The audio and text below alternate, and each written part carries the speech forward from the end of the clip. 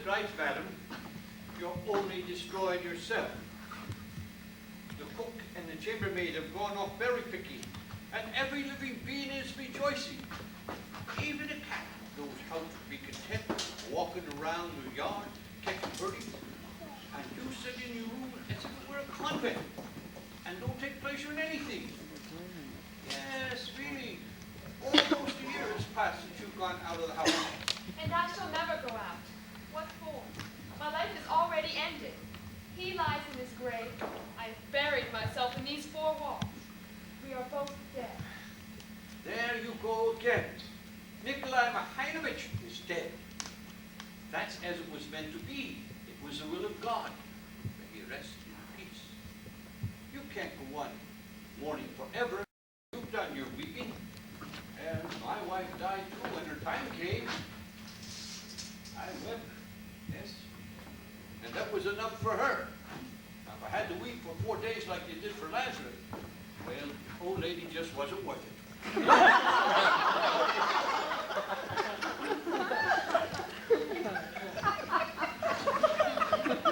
You've forgotten all your neighbors. We live, so to speak, like spiders. We never see the light. Twice beat my livery. Oh, it isn't as if we don't have any nice neighbors. Oh, the neighborhood is full of them. Oh, yes. There's a regiment stationed at Reblock. Such officers. They're like bonbons. You never get full of them. In the barracks, never a Friday goes by without a ball. And if you believe, military band plays every day. Ah, yes, Betty. You're young, you're beautiful, you're in a full bloom of youth. If only you took a little pleasure in life. It doesn't last forever, you know. No. In 10 years' time, you'll be wanting to spread your tail like a peahen in front of the officers. And it'll be too late. I must ask you never to speak to me like that. You know that when Nikolai Mikhailovich died, life lost its salt for me. It may seem to you that I'm alive, but that's only conjecture. I vowed to bury myself in this house and not to take off my widow's wreath until my dying day. I also vowed not to see the light of day. Yes, I know, it's no mystery to you that Nikolai was often mean to me, cruel. Yes, even unfaithful. But I will go on, show him that I know how to love. There beyond the grave, he will see me as I was before his death. Instead of talking like that, you should be taking a walk in the garden. Or have Toby or Giant Harness go visit some of the neighbors.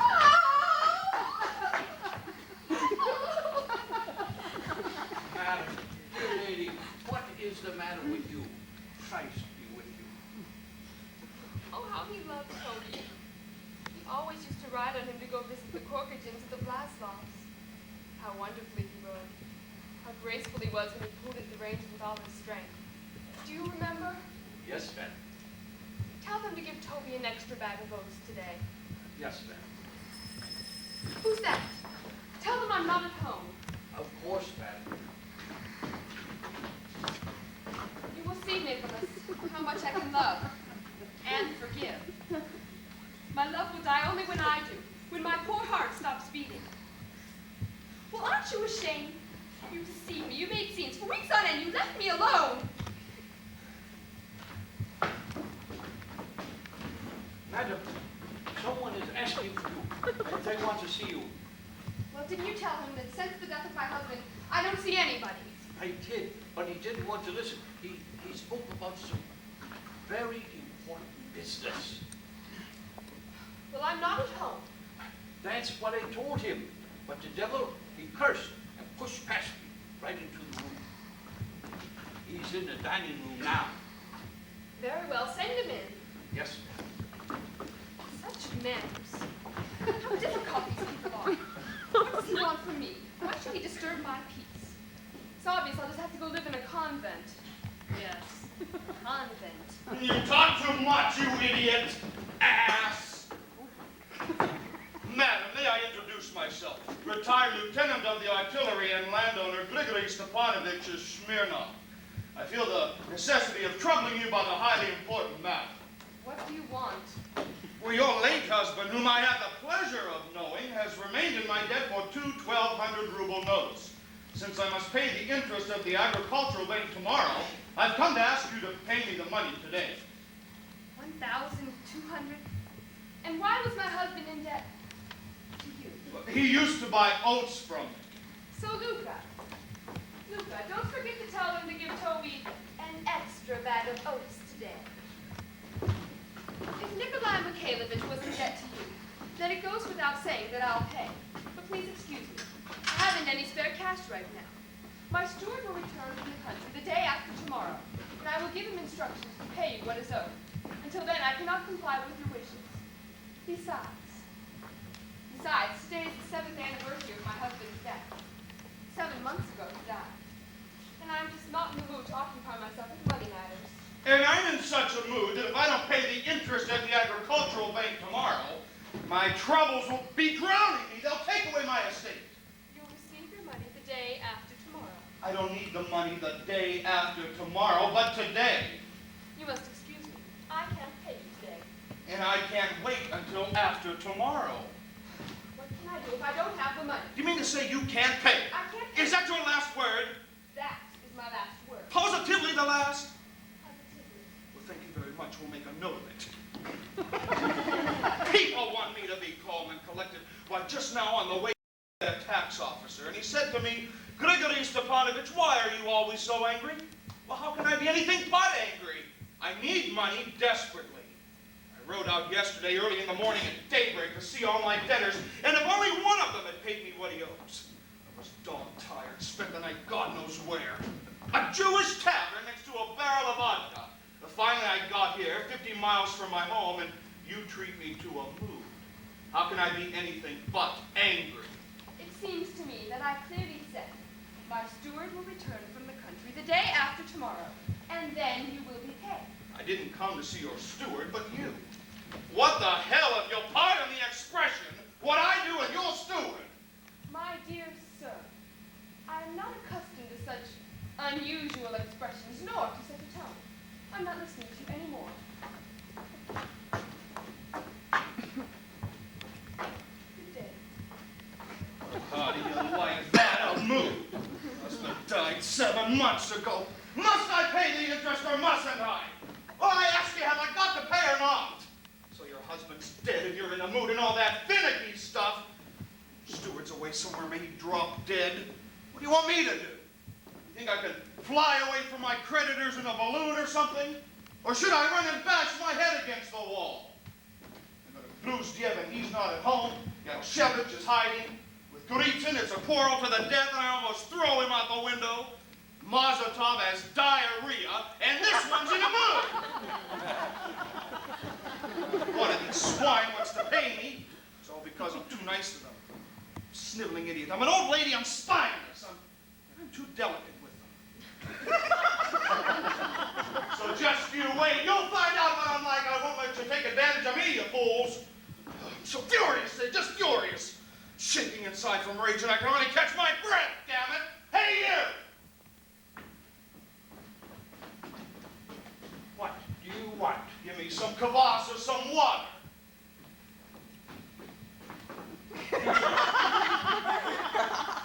What logic is there in this? Man needs money desperately. It's like a noose around his neck. And she won't pay because she's not disposed to occupy herself with money matters.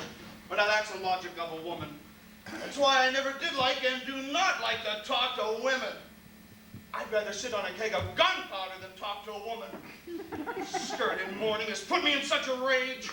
All I have to do is see one of those poetical creatures from a distance and get so angry it gives me a cramp in the leg. I shout for help. Madam is sick and won't see you. Get out of here! Sick and won't see anyone. No need to see me. I'll stay and wait until she pays me the money. She's sick for a week, I'll stay for a week. She's sick for a year, I'll sit here for a year. I'll get my own back, dear lady. You can't impress me with your widow's weeds and your dimpled cheeks. We know all about those dimples.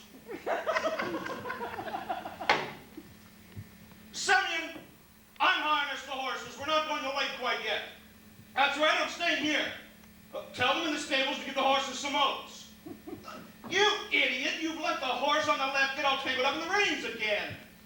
You mean never mind? I'll give you a never mind. Shit, this heat's unbearable. Nobody pays up. I slept badly last night, and on top of everything else, this skirt has put me in a rage.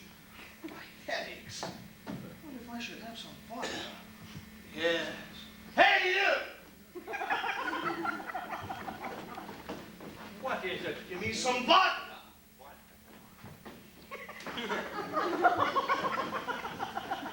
Oh. Nobody would say I was looking well today. Boots are all dirty, dusty, unwashed, unkempt. It's not very polite to present myself in a drawing room looking like this. Oh, well, who cares? I'm not here as a visitor, but as a creditor. There's no official costume for creditors.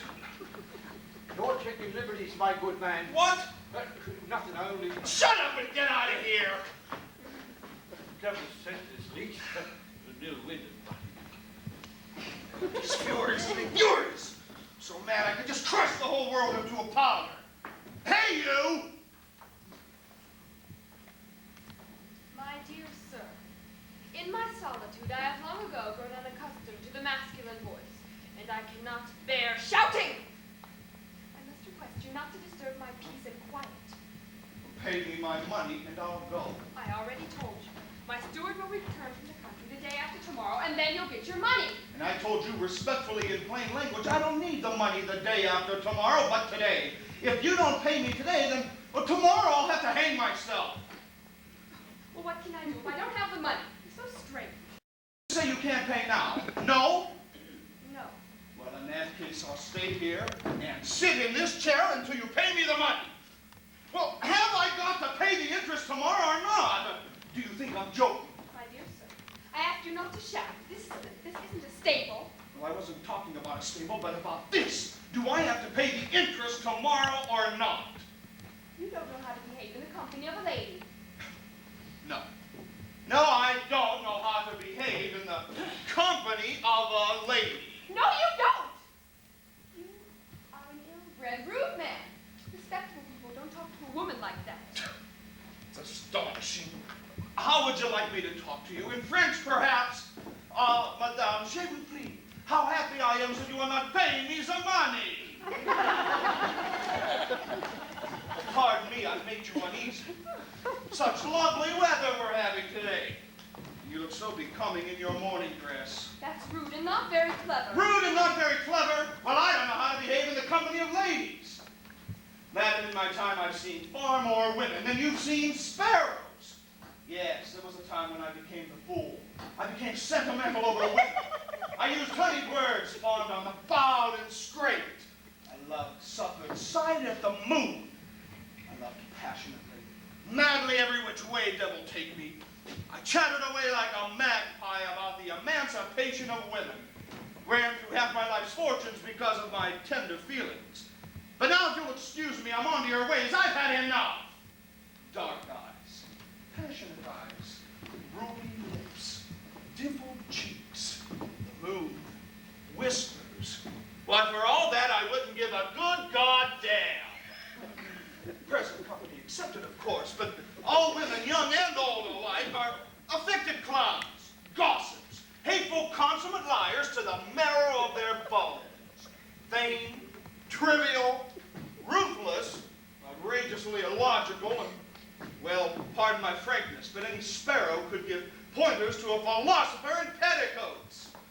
Muslin, ethereal demigoddess. You look into her soul, 1,000 raptures are common crocodile. The most astonishing part of it all is that this crocodile thinks she has a shade over her own privilege, a monopoly on tender feelings. Why the hell with it? You can hang me upside down by a nail if a woman is capable of loving anything besides a lapdog. All a woman can do when she's in love is slobber. But it's the man who suffers and sacrifices.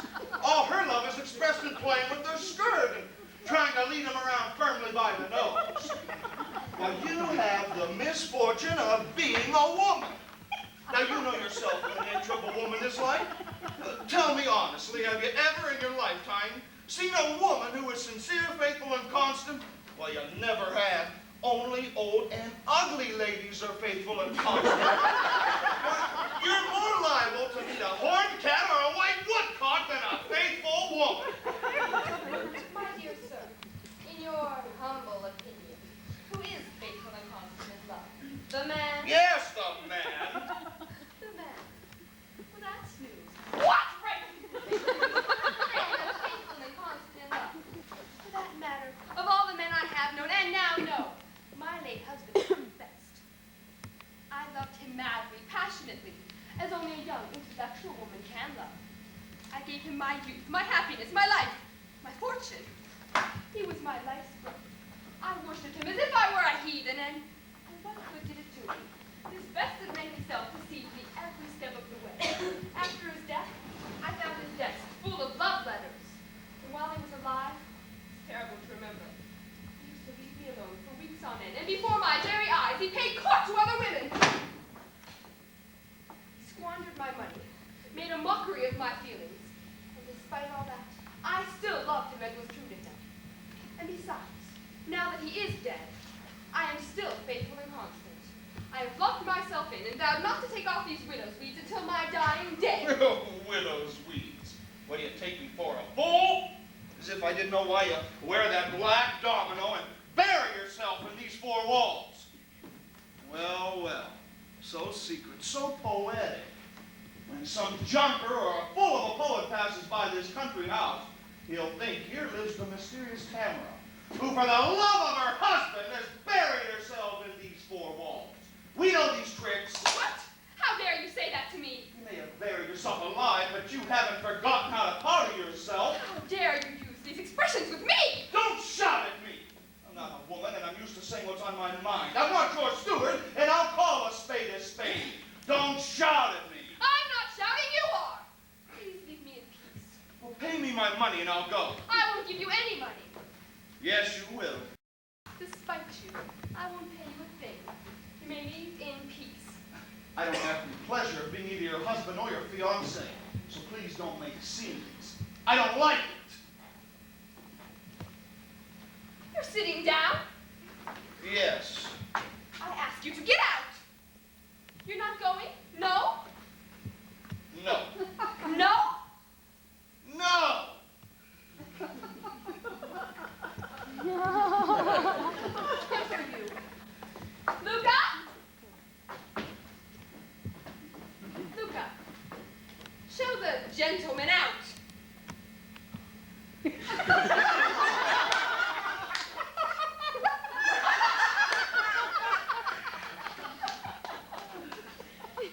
Sir, would you please leave if you've been asked to? Shut up! Who do you think you're talking to? I'll make mincemeat out of you.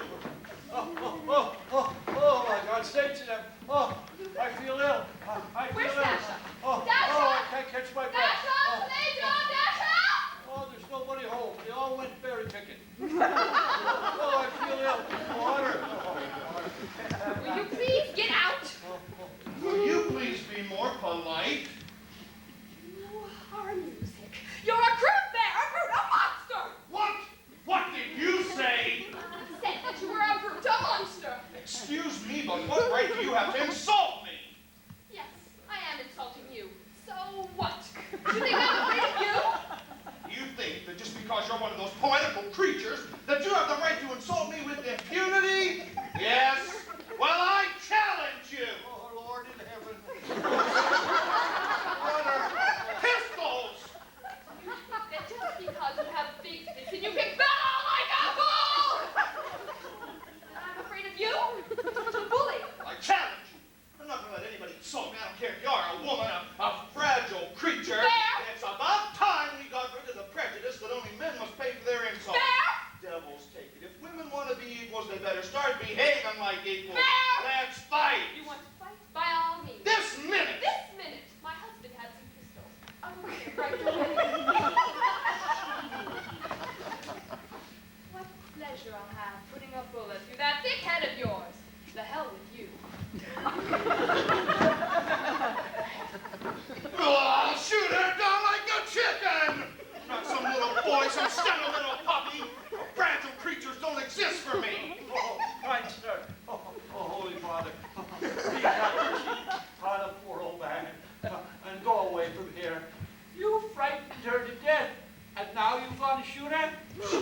rights, then it means she believes in the equality of rights and the emancipation of women. Well, here the sexes are equal. Oh, shoot her down like a chicken! What a woman. She blushed. Her eyes shone. Well, she accepted my challenge. To tell you the truth, it was the first time I've ever met a woman like that.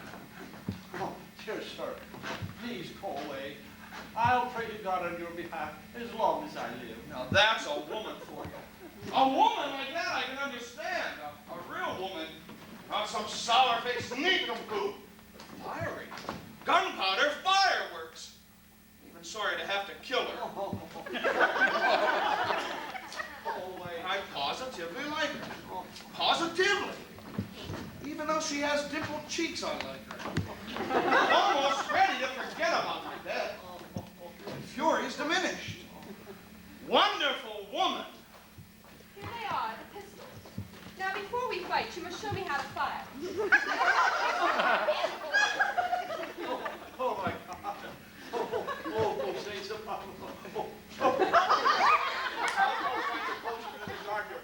What have we done to deserve such trouble? Oh, dear. Well, you see, there's several sorts of pistols. There's special dueling pistols, the Mortimer with primers. Then there's Smith & Wesson revolvers. Excellent pistols, triple extraction. They cost a minimum of 90 rubles a pair. You've got to hold a revolver like this. What eyes. What eyes. A woman to set you on fire. Like this? Like this. Now that's it. Now cock the pistol. Put your head back a little bit. Take aim. Well, stretch your arm out all the way. Now, with this finger here, press on this little piece of goods, and that's all there is to do. The most important thing is not to get excited and to aim without hurrying. You've got to try to keep your arm from shaking. Good. It's not comfortable to shoot indoors. Let's go into the garden. Well, let's go, but I'm giving you advance notice.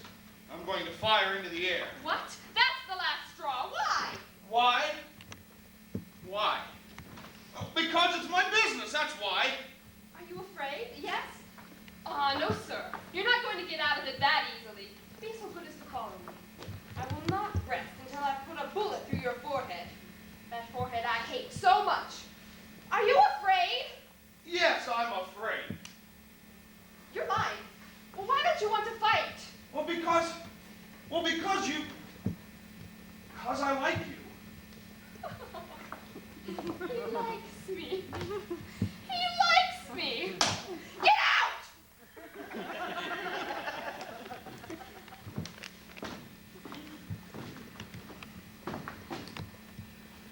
Listen, are you still angry? Because, well, I'm extremely irritated. How can I make you understand? You see, the point is, well, strictly speaking, well, is it my fault, really, for liking you? Why in the hell do you have such fragile furniture?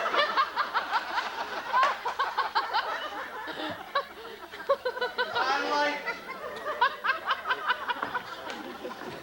You understand? I think I'm in love with you. Wait for me. I hate you. A woman! What's that done for? I'm caught like a mouse in a trap. After all, I'll shoot. Well, shoot! You can never understand what happiness it would be to die under the gaze of those wonderful eyes, to be shot by a revolver which was held in those velvet hands. Out of my mind. Well, think about it and decide right away, because if I leave here, we'll never see each other again. Look, I'm a respectable gentleman, a nobleman of good family. I have an income of 10,000 a year. I can put a bullet through a coin tossed in the air. I have some fine horses. Will you be my wife? Let's fight. I've gone out of my mind. I don't understand anything. Hey, you, water! I'm in love like an idiot. I love you. Ow. I love you like I've never loved before. Look, I've jilted 12 women. I ain't jilted me, but I've never loved any of them as I love you. I'm on my knees offering you my hand in marriage. I'm a limp rag. You understand? I'm on my knees offering you my hand in marriage. Yes or no?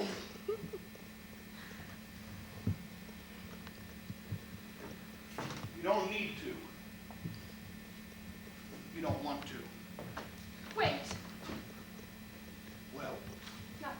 You can go. Go away! I hate you. Wait. No. No, nothing. Go. Go away! Don't go. No, get out! Get out! You knew how angry I'm, how furious. Fingers are swollen from that nasty thing. Well, what are you waiting for? Get out! farewell. Yes, go away. Where are you going? Come near me, don't come near me! How angry I am with myself. I'm in love like an idiot, a boy. I love you. It gives me the shivers. I love you. A lot of good it'll do me to fall in love with you. Tomorrow I've got to pay the interest. I've got to begin the mowing of the hay. I'll never forgive myself for this. Come near me, don't come near me. I hate you. I challenge you!